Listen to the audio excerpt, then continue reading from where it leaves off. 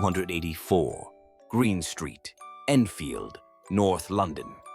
A modest council house, indistinguishable from its neighbors. Inside lived Peggy Hodgson, a single mother raising 4 children: Margaret, Janet, Johnny, and Billy. On the evening of August 30th, the routine chaos of bedtime was winding down. The children were brushing their teeth. Peggy was settling in for the night. And then, the knocking began. At first it was subtle, just taps, but then came the loud, rhythmic thuds on the walls, as if someone or something was knocking from inside them. Peggy assumed the children were playing tricks, but when a heavy chest of drawers slid across the floor on its own and wouldn't move back no matter how hard she pushed, panic set in. She grabbed the children and fled to the neighbor's house. They called the police, and the officers who arrived would later sign a sworn affidavit. They too witnessed a chair rise from the floor and move without explanation.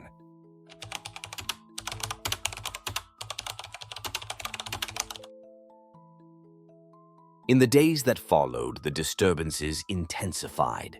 Furniture began to slide across the floor as if pushed by invisible hands. Beds trembled violently in the night, jolting the children awake. Objects vanished from one room and reappeared in another. Doors slammed shut with no one near them. The Hodgson home had become a place of unease and dread. But it was 11-year-old Janet who became the center of the storm. She began to experience episodes that terrified everyone. She would enter trances, speak in a guttural, rasping voice that didn't sound like her own. The voice claimed to be Bill Wilkins, an old man who had died in the house years before. He said he had gone blind and died while sitting in the living room. Neighbors started witnessing the events too. Knocking sounds echoed through the walls. Small objects, marbles, coins, Lego bricks would lift into the air and zip across rooms. Sometimes they struck people, and strangest of all, they were often reported to be hot to the touch immediately afterward. Janet was often thrown from her bed, not once, but repeatedly. Her mother, Peggy, and even visiting journalists claimed to see her levitate, hovering briefly several inches above the mattress before collapsing. Cameras would later capture a series of photos of her midair, arms outstretched, head back in apparent flight. It was becoming clear this wasn't just a frightened family's imagination. Something was happening at 284 Green Street, and word was beginning to spread.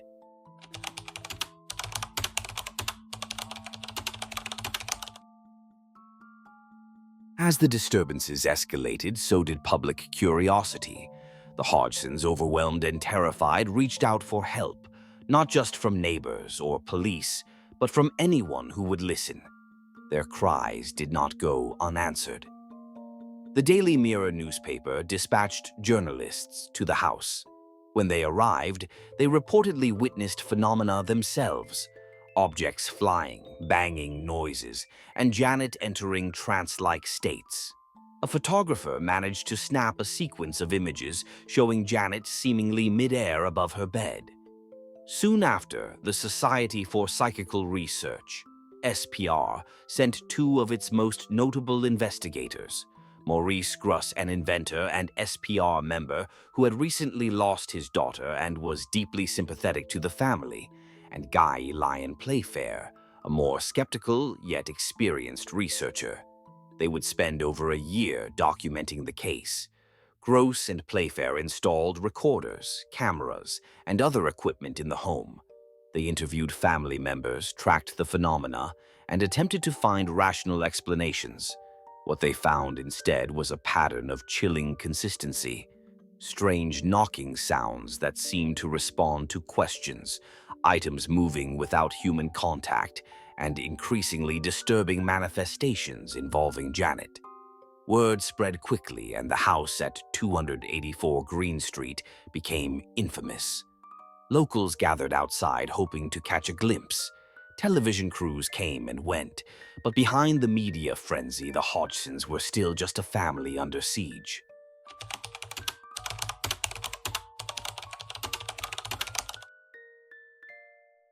Over months of investigation, Gross and Playfair compiled an extensive archive of strange phenomena, some of it caught on tape, some photographed, and much of it witnessed in real time by outsiders. There were tapes in which raps and knocks seemed to answer direct questions. A code of one knock for yes, two for no was reportedly used in dozens of chilling sessions. Even more disturbing was Janet's voice while in trance, a deep, gravelly growl that claimed to be Bill Wilkins. Wilkins, the voice said, had died in the armchair downstairs. Gross later discovered that a man named Bill Wilkins had, in fact, died in the house under eerily similar circumstances. This was one of the few moments where the paranormal details aligned with verifiable public records. Photos taken by the Daily Mirror and others showed Janet midair, arms outstretched, knees bent, head flung back. Supporters called this evidence of levitation. Skeptics noted she may have simply jumped off the bed. But it wasn't just the photos. It was how frequently this levitation occurred, often under observation, and how violently Janet would sometimes be hurled from the bed without warning. Other reports included toys and marbles flying through the air, hot to the touch when picked up.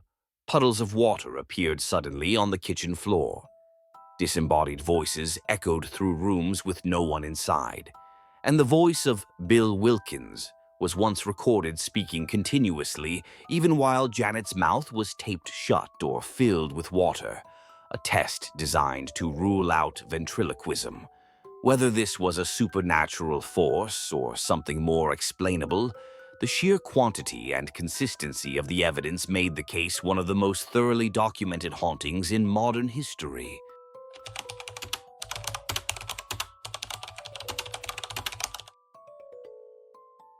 While the daily occurrences in the Hodgson household were disturbing enough, several moments stood out as particularly harrowing, so vivid and inexplicable that even hardened investigators were shaken. One evening, marbles and Lego bricks flew across the living room at incredible speed. A journalist from the Daily Mirror was hit in the face by a Lego piece. It left a red mark.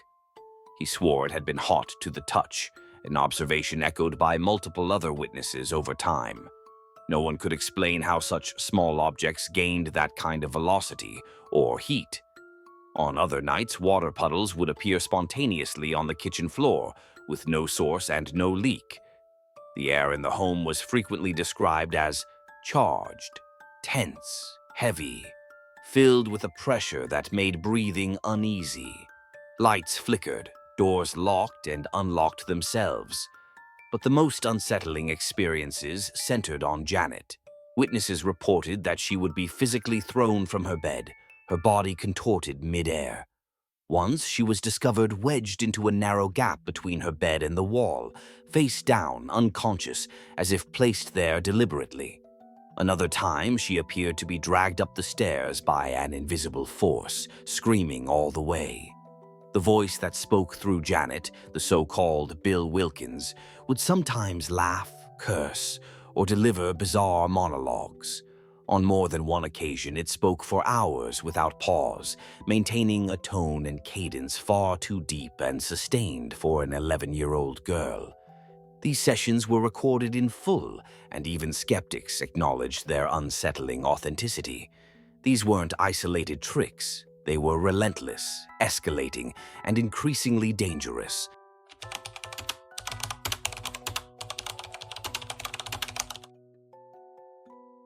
Despite the wealth of eyewitness accounts and recordings, the Enfield case was never free from scrutiny. Skeptics, including members of the Committee for Skeptical Inquiry, formerly CSICOP, raised serious doubts about the authenticity of the phenomena. They argued that the girls, particularly Janet, were clever, attention-seeking children capable of faking much of what occurred. One photographer, for instance, captured a sequence of Janet's levitations that looked suspiciously like she was simply bouncing off the bed.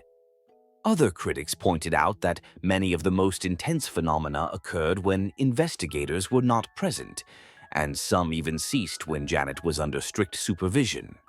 Gross and Playfair themselves admitted that the girls may have occasionally exaggerated or staged minor events, what they called trickery, accounting for perhaps 1–2% of the activity. But they remained convinced the core of the case was genuine, citing moments where the events were simply too bizarre or physically impossible to explain as hoaxes. Janet and her sister Margaret later admitted to faking a few events during interviews as adults, but they both insisted that the majority of what happened was real, and that it was far too terrifying and uncontrollable to have been a game. As with many paranormal cases, the Enfield Poltergeist straddles the line between belief and doubt. Was it a cleverly executed child-led illusion that spiraled out of control? Or did investigators truly witness evidence of something that science has yet to explain?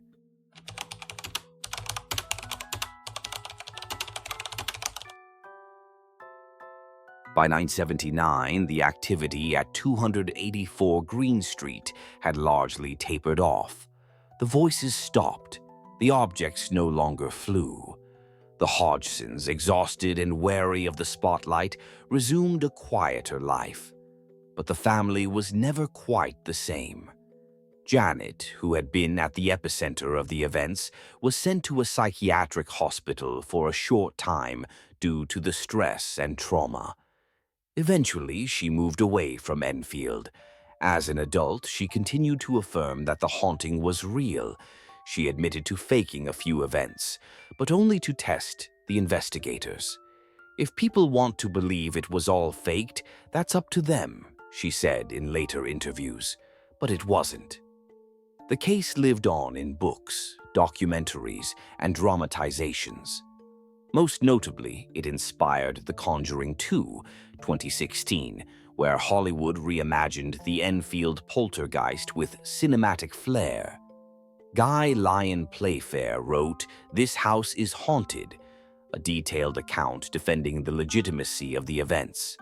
To this day, paranormal researchers cite Enfield as one of the best documented hauntings in modern history. Skeptics still argue it was an elaborate hoax fueled by media attention and teenage mischief. Believers see it as a chilling example of true poltergeist activity, chaotic, violent, and beyond explanation. Whatever the truth, the Enfield Poltergeist remains a story that refuses to rest.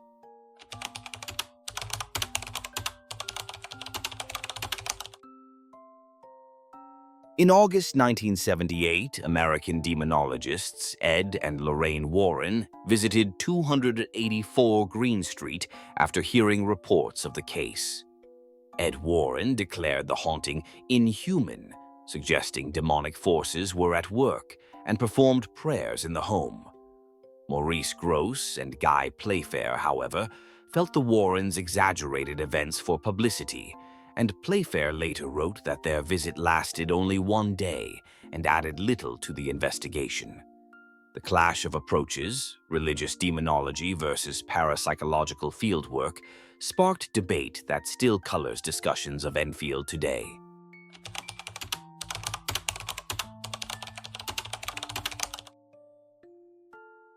Decades on, the house remains a magnet for paranormal tourism, especially after The Conjuring 2, 2016.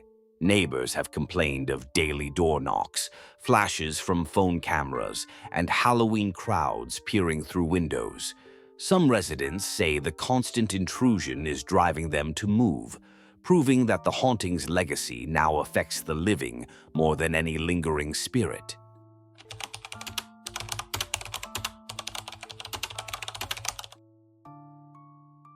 Digital audio specialists have revisited Grosse's reel-to-reel tapes, analyzing frequency ranges of the Bill Wilkins voice. Preliminary studies suggest the sound originated from within Janet's vocal tract, yet the sustained gravelly pitch for over an hour remains physiologically difficult for a child, keeping the debate alive. High-resolution scans of the levitation photos reveal motion blur consistent with a rapid forward arc rather than a vertical lift, lending weight to skeptical arguments, though believers counter that multiple witnesses saw her rise without pushing off. Popular science outlets continue to frame Enfield as a case study in observer bias, familial stress, and media amplification. The Enfield Poltergeist remains one of the most compelling and contentious hauntings in modern history. With more than a year of documentation, dozens of witnesses, and a case file that blends recorded evidence with first-hand terror, it has earned its place in the annals of paranormal lore. Was it an elaborate prank that spiraled into something uncontrollable? Or was it a genuine encounter with forces we still don't understand? The answer may never be clear. What is certain is that the events on Green Street continue to fascinate, unsettle, and divide believers and skeptics alike. Even decades later, the house still stands, ordinary from the outside. But for those who remember or dare to believe, it's a place where the boundary between the natural and supernatural once broke down. What do you think? Hoax or haunting? Trick of the mind or true encounter with the